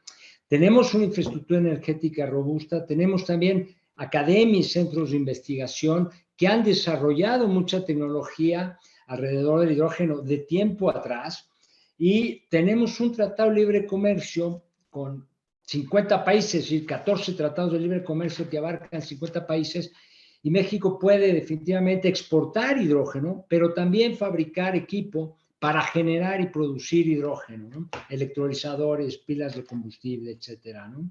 Entonces, más allá del mero hecho de la descarbonización, como objeto de esta reunión, cuando hablamos de hidrógeno, hablamos de desarrollo económico, hablamos de bienestar y salud, hablamos de exportación, de generación de riqueza para el país, hablamos de ciudades sustentables y se aplica en el transporte público, por ejemplo, y ahora vamos a hablar brevemente de ello, y hablamos de impulsar ciencia y tecnología, ¿no? En fin, esto, digamos, por ubicarnos dentro del marco. Y lo que les vamos a presentar enseguida, si me haces favor, Pablo, es un estudio que hemos hecho desde la Asociación Mexicana de Hidrógeno, que pretende establecer una guía más que otra cosa y una visión desde nuestra perspectiva justamente de lo que creemos puede ser el desarrollo de una industria del hidrógeno verde en México, ¿no? Si quieres, adelante, Pablo. A la siguiente. A ver, aquí hay una foto, en fin, lo que vemos como metas aspiracionales al 2030. Estamos hablando de la posibilidad de reducir, utilizando hidrógeno verde, del orden de 5 millones de toneladas de carbono, de dióxido de carbono equivalentes. Ya se habló un rato de lo que puede significar esto. Hablamos de inversiones del orden de 6 millones de dólares, y generación de empleos. Tiene un efecto social importante, y un impacto acumulado en el PIB que puede ser tan relevante de muchos millones de dólares. La que sigue, Pablo. Bueno, el estudio que hicimos fue una metodología científica, lo voy a decir, no son resultados que hayamos obtenido de modo casuístico, sino que se hizo todo un procedimiento. Esta información la van a poder ver con calma. Simplemente lo menciono, que fue a través de un procedimiento científico muy concreto, ¿no? La que sigue, por favor, Pablo. Bueno, hablamos de las metas que se buscan del acuerdo de la Agenda a 2030, al Acuerdo de París, etcétera, etcétera, donde el reto es de disminución de toneladas de carbono es importante. Aquí entonces donde puede tener un papel interesante el hidrógeno verde como insumo de procesos industriales y síntesis de químicos, donde ya se utiliza el hidrógeno gris. Eso es muy importante, o sea, no estamos inventando los nuevos usos del hidrógeno. Hablamos para generación de calor, hablamos de combustibles para movilidad y como un medio portador de energía, si permite acumular, almacenar energía. La que sigue, Pablo, por favor. Bueno, ¿cuáles son los retos que todavía a los que nos enfrentamos? Bueno, efectivamente, y hablo del hidrógeno verde, no del hidrógeno que ya se utiliza, sino el hidrógeno verde. Bueno, necesitamos establecer mecanismos para facilitar el cumplimiento de metas de descarbonización. Yo creo que algo importante, lo hablaba la maestra, es el tema impuestos, ¿no? Todo este tipo de cosas. El mercado está empezando a diferenciar entre quién cumple y quién no cumple con parámetros de emisiones, etcétera. Entonces, todo esto ayuda a que se soporte justamente el cumplimiento, ¿no?, de las metas de descarbonización. Necesitamos dar, por supuesto, mayor certidumbre regulatoria a los stakeholders. Necesitamos establecer regulación específica para el hidrógeno verde. Ya hay un marco regulatorio base que a nivel de política industrial, dado que ya se utiliza el hidrógeno, nada más que es hidrógeno gris proveniente normalmente decía ya, del reformado del gas natural, ya existe un marco que permite empezar ya a aprovechar todo este tema del hidrógeno verde, pero falta todavía afinar algunas cosas, está en ese proceso, ¿no? Se están creando, ya otra vez lo repito, ya la maestra nos platicaba y también Reinaldo, crear incentivos incentivos para que se incremente la oferta y la demanda. Necesitamos incrementar más la penetración de energías renovables. Es decir, las energías renovables no solamente para electrificar, también pueden ser aprovechadas para generar hidrógeno verde y acumularlo para distintos usos, tanto industriales como para también generar energía eléctrica posteriormente.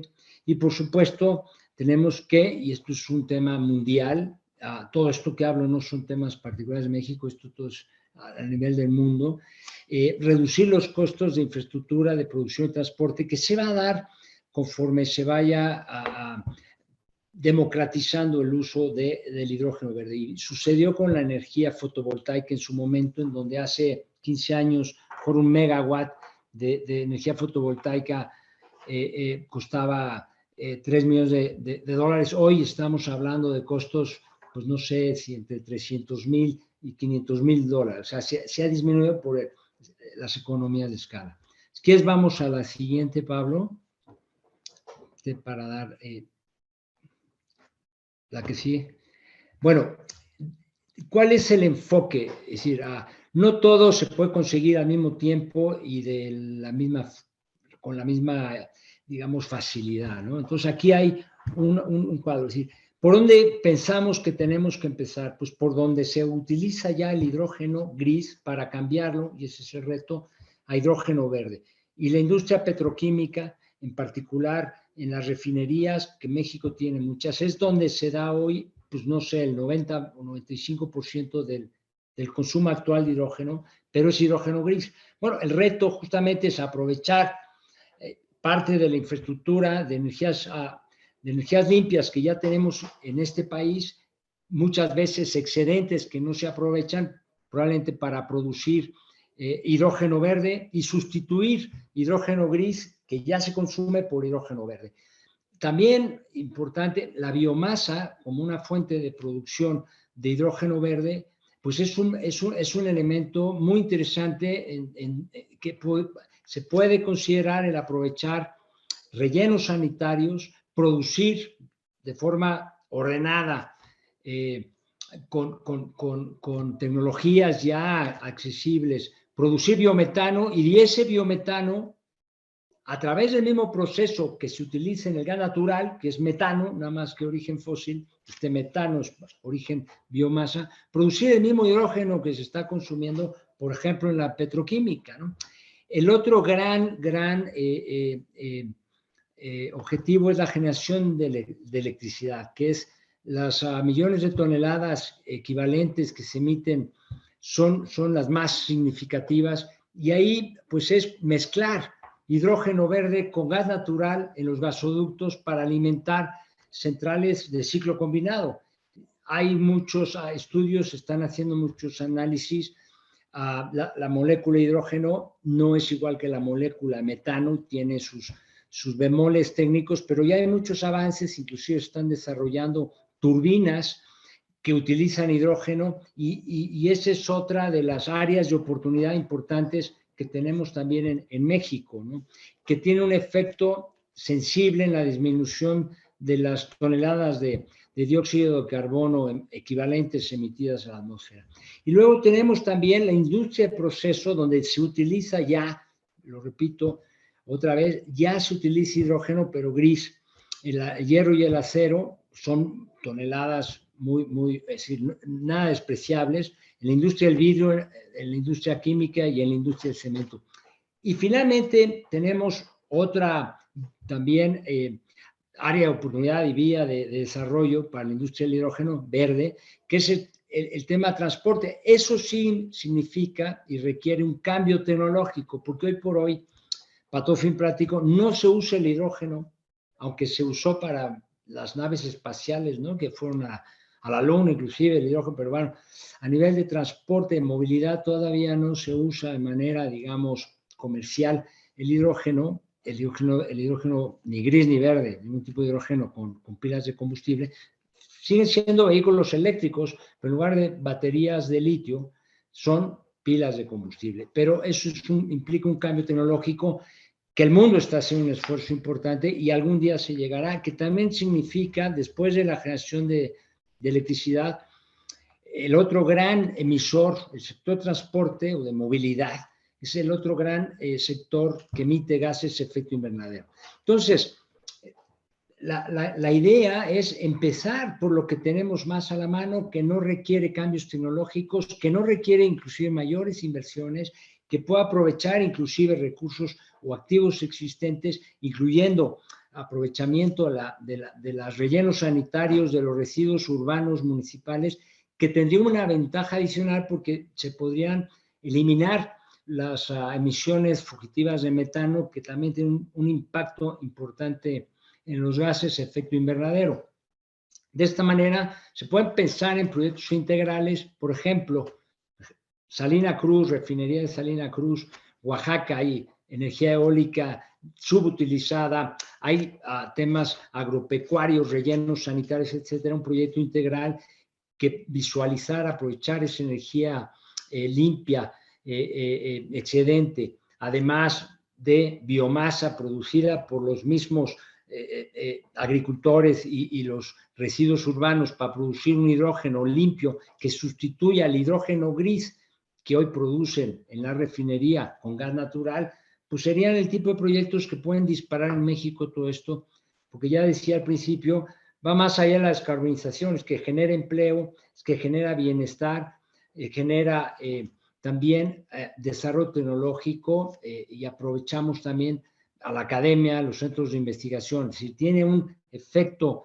dominó bien interesante. ¿Qué es la que sigue, Pablo? Sí, ahí está. Hay una pregunta, no sé si prefieres dejarla al final o de una vez. Como quieran. Es decir, estoy terminando, yo en 3 minutos acabo. Al final la dejamos. Pero muy bien. Es muy breve, ¿no? Bueno, a ver, la demanda de hidrógeno verde que se estima viene, lo que decía, de 230,000 toneladas actualmente hacia el 2030 hasta 2,700 a 1,000 toneladas en 2050. Es decir, el crecimiento de esta industria puede ser fantástico. La que sigue, si quieres.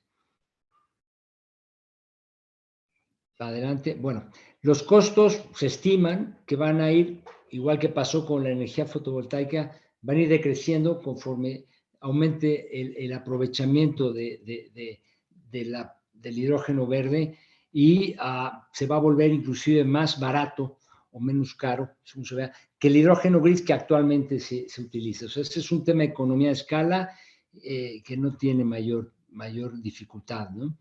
La que sigue, por favor, Pablo. Entonces, esta información la van a tener para verla con más detalle, por supuesto.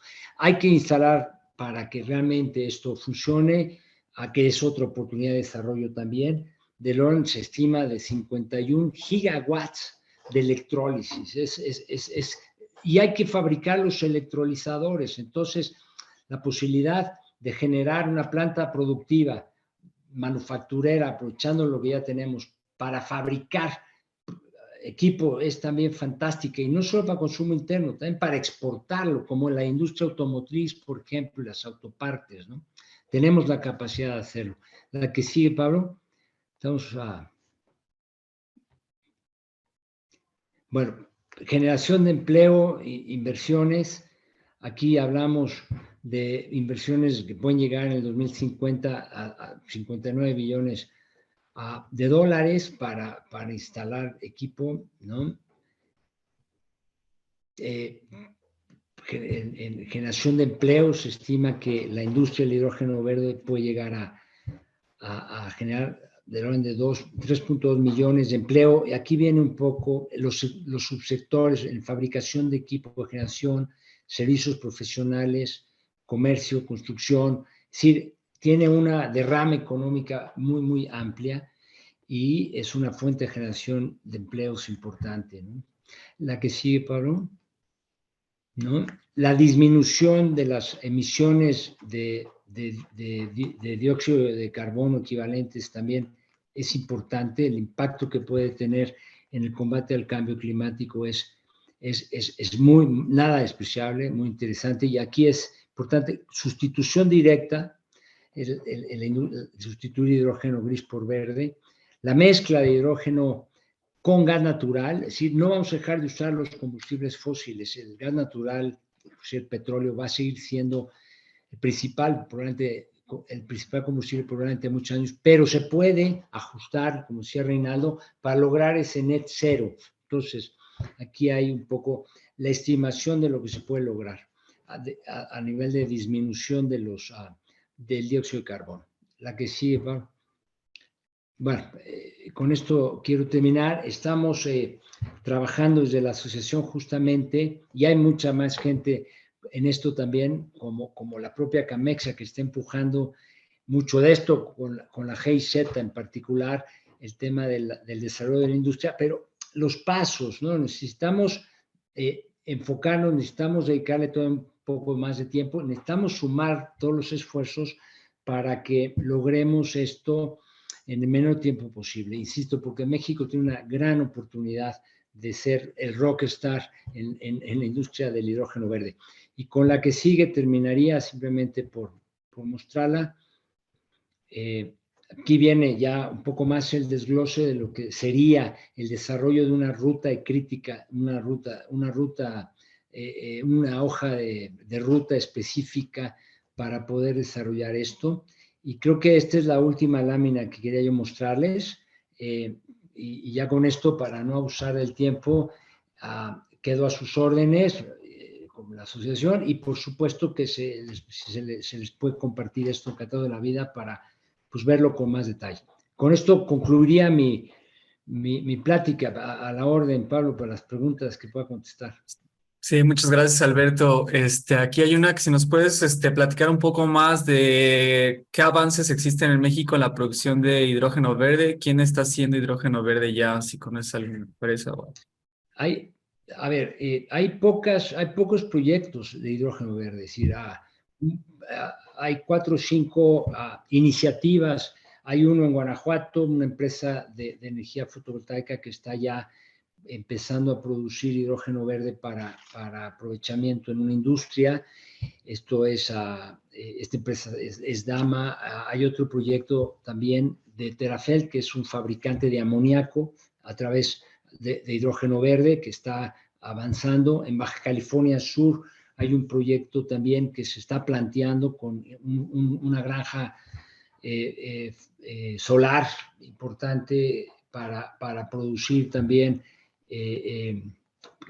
hidrógeno verde a través de electrólisis.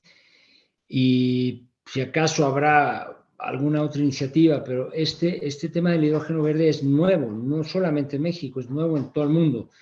Y todavía no hay, que yo sepa, debe haber muchos temas ahí trabajándose, pero que yo sepa, todavía no hay proyectos en marcha, concluidos, que ya puedan demostrar en México o que estén produciendo molécula de hidrógeno verde.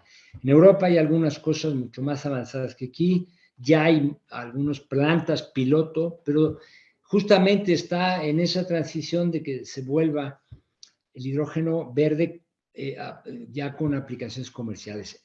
Todavía, que yo sepa, no hay nada en concreto comercialmente hablando, ¿no? Muy bien, gracias, Alberto. Pregunta Carmen Hernández, ¿quién comercializa los bonos de carbono? Perdón, no te escuché. Ajá, Carmen Hernández pregunta, ¿quién comercializa los bonos de carbono? Bueno, a ver, todo el tema de créditos de carbono, etcétera, ya lo comentaba antes a Reinaldo. Eso aplica eso a justamente pues, las emisiones que puedas disminuir, es decir, tu inventario, ¿no? De emisiones que puedes evitar, te puede generar esos créditos de carbono, pero no es un tema del hidrógeno verde, es un tema que aplica general a cualquier tecnología que disminuya los créditos de carbono. Ya hay varias brokers inclusive que están dedicándose a eso ya, y en México está incluyendo todo el desarrollo del del mercado de bonos de carbono, y seguramente hacia el 2023 empezará, esperemos, a funcionar de una manera normal, ¿no? Pero vamos, los bonos de carbono no tienen que ver específicamente con el hidrógeno. Sí, si quieren ver el chat, hay un comentario de Reinaldo. Si quieres, Francisco, hacer tú la pregunta. Bueno, si no la leo, dice, ¿se tiene identificado un modelo de negocios para proyectos para generación de energía eléctrica? ¿Cuáles serían las fuentes de financiamiento? A ver, una de las fuentes de financiamiento interesantes con las que se cuenta hoy en México para proyectos de hidrógeno verde es precisamente GIZ. Sí, la GIZ está lanzando, y ahí a lo mejor tú mismo, Pablo o Caroline, pudiese puntualizar un poco más esto, pero la GIZ está haciendo un esfuerzo importante. Ya hay varias organizaciones en el mundo que están buscando, y que hoy por hoy estén en marcha y que ya generen, desde el punto de vista comercial, flujos, etcétera. Pero no sé, GIZ, yo creo que es el líder hoy por hoy en México, impulsando proyectos de hidrógeno, ¿no? Sí, pues ya para no quitarle más tiempo a Arnoldo, nuestro siguiente ponente, muchas gracias, Alberto. Sí, estamos nosotros justo apoyando un proyecto la GIZ, se los voy a nada más aquí ver, se los mando ahorita en el chat para que lo vean. Este es el documento, aquí van a conocer más de qué trata esta iniciativa, cómo funciona, aquí cómo pueden ver cuál es el objetivo, ¿no? Qué países tienen presencia, ¿no? Aquí está toda la información y con todo gusto nos pueden escribir. Vamos a dejar también nuestros correos en el chat, ¿no? Adelante, Fanny. Muchas gracias, Alberto, por la presentación. Gracias. Muchas gracias, Alberto. A continuación, vamos a presentar a nuestro siguiente y último ponente del día de hoy, el doctor Arnoldo Matus Kramer. El doctor Arnoldo es socio fundador y director ejecutivo de Ithaca Environmental, consultoría especializada en adaptación y mitigación al cambio climático, resiliencia y energía renovable. Fue también el fundador y el primer director de la Agencia de Resiliencia de la Ciudad de México. De 2014 a 2018, Arnoldo lideró el diseño e implementación de la Estrategia de Resiliencia en la Ciudad de México como director de resiliencia de la ciudad, posición que fue impulsada a nivel global por 100 ciudades resilientes de la Fundación Rockefeller. Sus principales áreas de conocimiento incluyen cambio climático, sostenibilidad y movilidad. Actualmente, Arnoldo es docente de la Facultad de Arquitectura y en el posgrado de Ciencias de la Sostenibilidad de la UNAM. A continuación, el doctor Arnoldo Matus.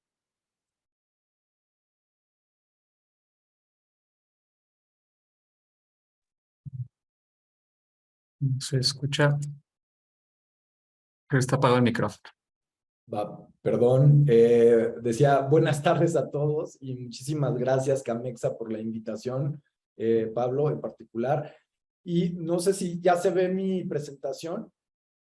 Ya se ve, si la puedes poner en modo presentación, estaría mejor. Listo, gracias. Perfecto. Bueno, entonces, miren, yo soy Arnoldo Matus Kramer, me presento, soy director ejecutivo de Ithaca Environmental y en particular para este proyecto de Low Carbon Business Action soy el punto focal, liaison officer de este programa de la Comisión Europea. Y bueno, se los quiero platicar rápidamente también para enseñarles algunas de las tecnologías con las que contamos y estamos promoviendo de parte de la Unión Europea. Low Carbon Business Action, digamos que es un programa que se alinea con el Acuerdo de París y también pues con el Green Deal de la Unión Europea, va en línea con ellos y lo que busca es incentivar y acelerar, digamos que la transformación hacia la decarbonización, pero también hacia la integración de la economía circular. Y esto a través de hacer conexiones entre empresas pues que han tenido ciertos avances importantes en la Unión Europea con empresas en México, ¿no? Y es un programa que incentiva y que brinda ciertas facilidades. Todo esto es pro bono, entonces no tiene ningún costo para ninguna de las empresas que quiera participar.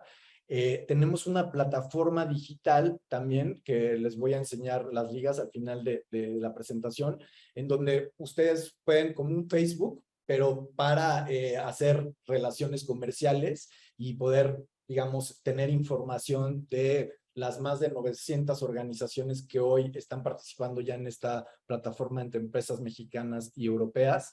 Estos son los sectores que se están, digamos, estamos trabajando, ¿no? Con distintas soluciones. Y lo único que tienen que hacer es registrarse en la plataforma, completan su perfil y a partir de ahí ya pueden jugar en la plataforma, identificar empresas europeas que puedan ser de su interés, dependiendo de lo que estén buscando, y pueden a través de esa misma plataforma ya agendar reuniones bilaterales con la otra empresa.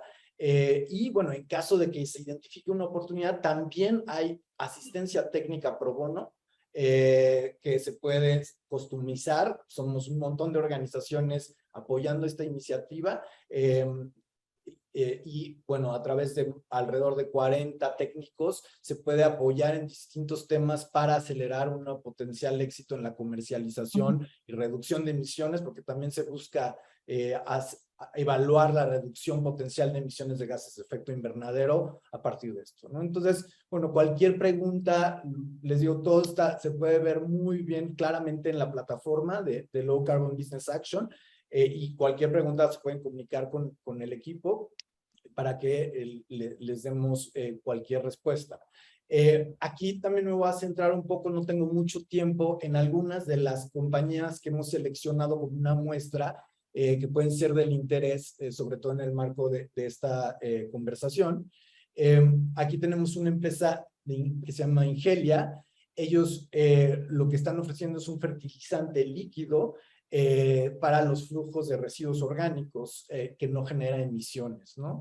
Esto resuelve un poco la problemática de los fertilizantes químicos y todos sus impactos que tienen en suelo, ¿no? Y en acidez que generan los mismos, y también cómo se vierte en cuerpos de agua. Esto es muy importante debido a que debemos de cuidar mucho el agua en el contexto de cambio climático.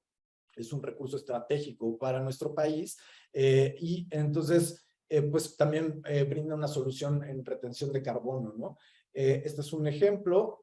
Este es el tipo de información que van a poder encontrar en la plataforma si quieren explorar más un tipo de descripción así.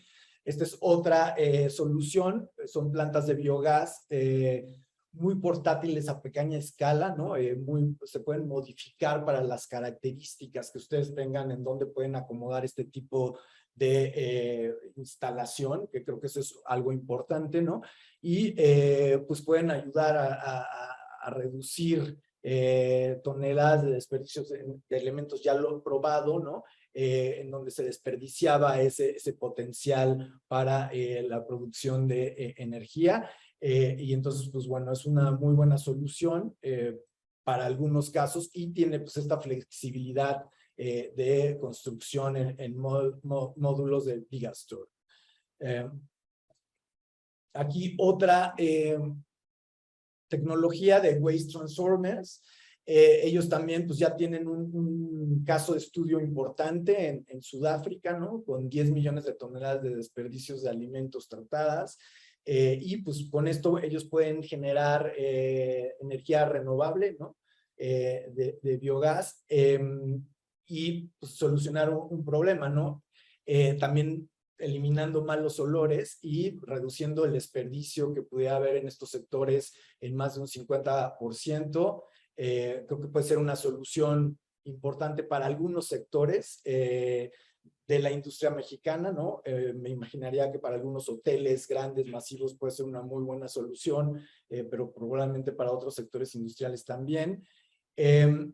Esta tecnología aporta mucho a la economía circular, el caso de Masuku Recycling Group, al impulsar un concreto sustentable. Ellos generan una patente en un aditivo que les permite reutilizar, digamos, los residuos para generar un concreto reciclable. Y con esto, pues, al darle un segundo uso a muchos desperdicios, ¿no? Teniendo un material de alta calidad, probablemente este tipo de tecnología es hacia donde nos tenemos que mover en torno al medio ambiente construido, ¿no? O sea, empezar a tener una visión de economía circular, lo cual creo que es bastante innovador. Entonces también sería uno de los que destacamos. Luego tenemos Hydrosoft, que en el tema de agua, ¿no? Es una compañía que ya tiene operaciones en México y que ya está trabajando en algunos proyectos, ¿no? Para la eficiencia por ejemplo, en sistemas de riego y pues aumentar la productividad asociada, la reducción del riego, por ejemplo, en este caso hasta en un 40%, ¿no? Y de costos energéticos asociados y también optimización en el uso de fertilizantes.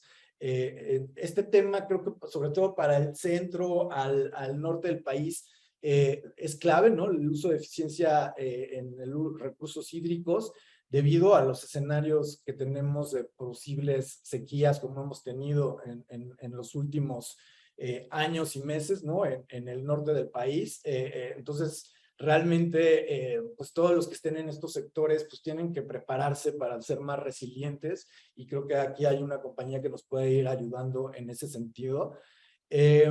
Después tenemos esta otra planta de FWE, que es muy modular, una planta muy modular, muy flexible, que se puede acomodar a distintos espacios. Entonces, pues brindándote esta flexibilidad de acomodarlo en donde se pueda, en la fábrica donde se implementan estos proyectos, pero que también creo que se pueden mover fácilmente, ¿no? Entonces, genera bastante flexibilidad. Entonces, pues es otra de las compañías. Y digo, esto es una muestra, ¿no? Tenemos alrededor de 400 y tantas empresas de la Comisión Europea ya registradas. Y bueno, ya nada más para terminar, quisiera ponerles aquí digamos, las ligas del programa. Como les mencioné, todo es gratuito, todo es pro bono, utilícenlo. La verdad que es un esfuerzo y una inversión que ya está pagada por la Comisión Europea y que pues lo único que puede hacer es acelerar la transformación hacia una economía baja en carbono, con economía circular y más resiliente. Entonces, pues ojalá puedan utilizar estos recursos que están ahí. Con esto me despido y bueno, si hay preguntas, claro, con gusto las responderé. Muy bien, muchas gracias, Arnoldo. No sé si alguien tiene una pregunta. Si no, en el chat ya pusieron toda la información. ¿Alguien que habla? No, ¿verdad?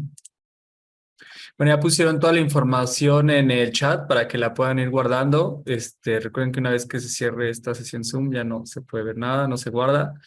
Entonces, ¿alguien tiene una duda? Bueno, si no, cerramos este taller. Me da mucho gusto que si las presentaciones se van a compartir, les vamos a enviar a todos los que se registraron en la plataforma, les vamos a enviar los contactos de todos nuestros ponentes, la presentación y el video, ¿no? La grabación de este taller.